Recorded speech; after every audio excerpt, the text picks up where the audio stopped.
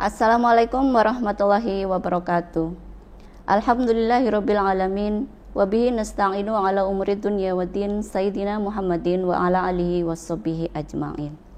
Jamaah kalam hati, alhamdulillah di bulan Ramadan 1446 Hijriah kita dipertemukan kembali dalam keadaan sehat walafiat. Tema yang akan saya bawakan pada hari ini adalah mendisiplinkan sholat di bulan Ramadan. Kenapa sholat menjadi bagian penting selama bulan Ramadan?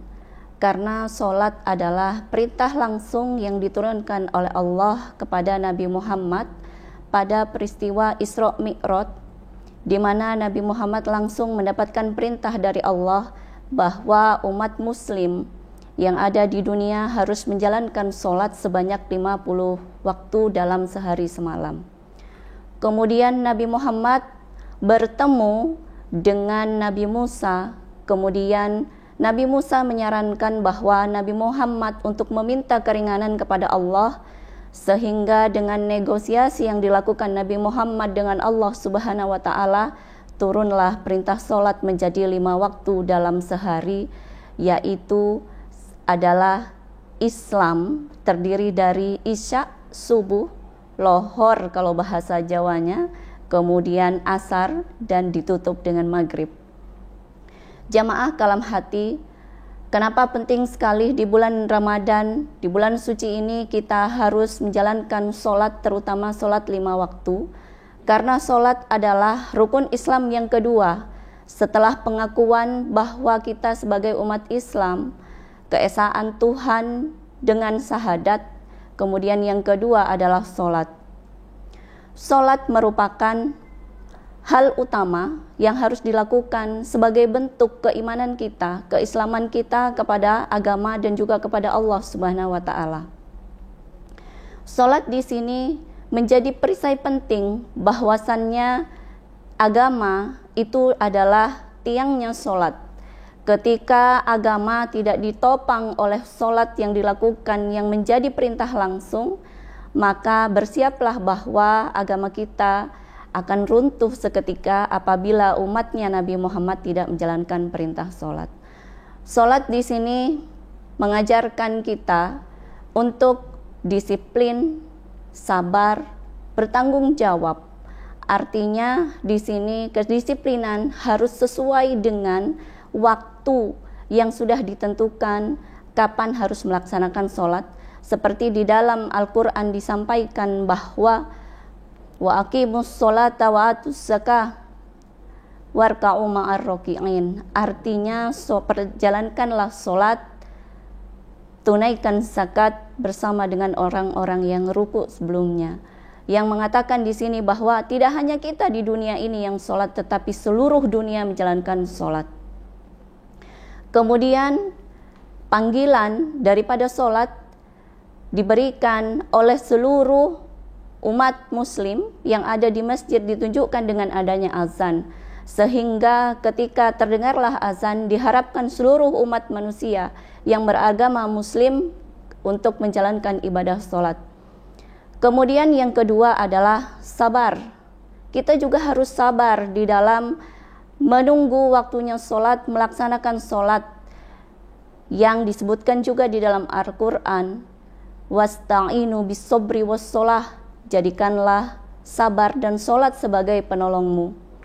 Hal ini jelas sekali disampaikan kecintaan Allah kepada umatnya Nabi Muhammad.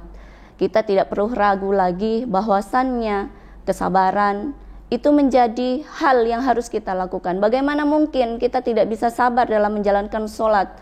Ketika sholat dilaksanakan terburu-buru, ketika sholat hanya sejengkal apabila tidak dilakukan dengan khusyuk di sini, percumalah kita ketika melakukan sholat dengan begitu sia-sia.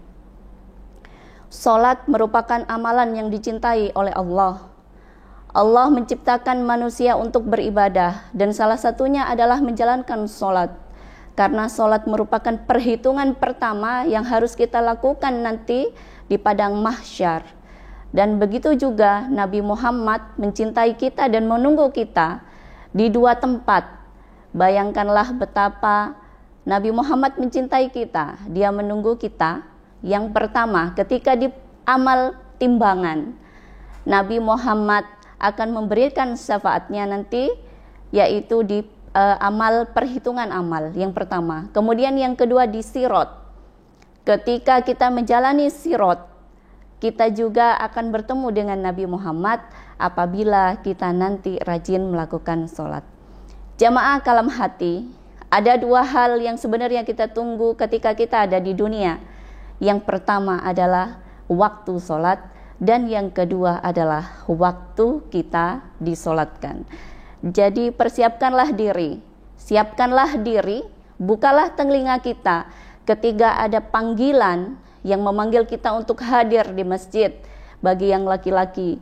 Kemudian panggilan untuk kita yang perempuan segera untuk sholat maupun di rumah maupun di masjid. Jamaah kalam hati, jangan lupa daratan. Sesungguhnya kita hadir di dunia seperti yang dikatakan tadi hanya untuk beribadah. Beribadah salah satunya adalah sholat.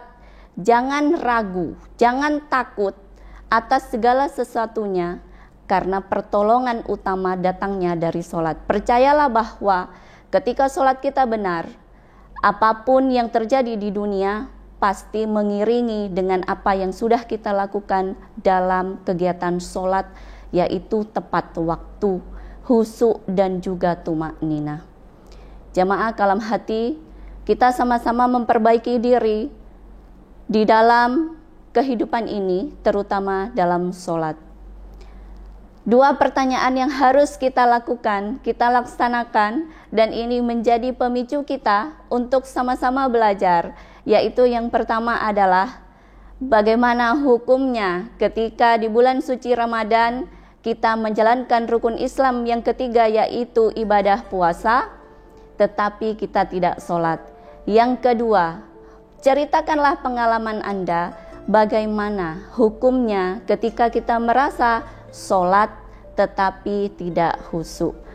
Mungkin itu yang dapat saya sampaikan pada kesempatan hari ini. Mohon maaf atas segala hilaf. Wabillahi taufik wal hidayah. Wassalamualaikum warahmatullahi wabarakatuh.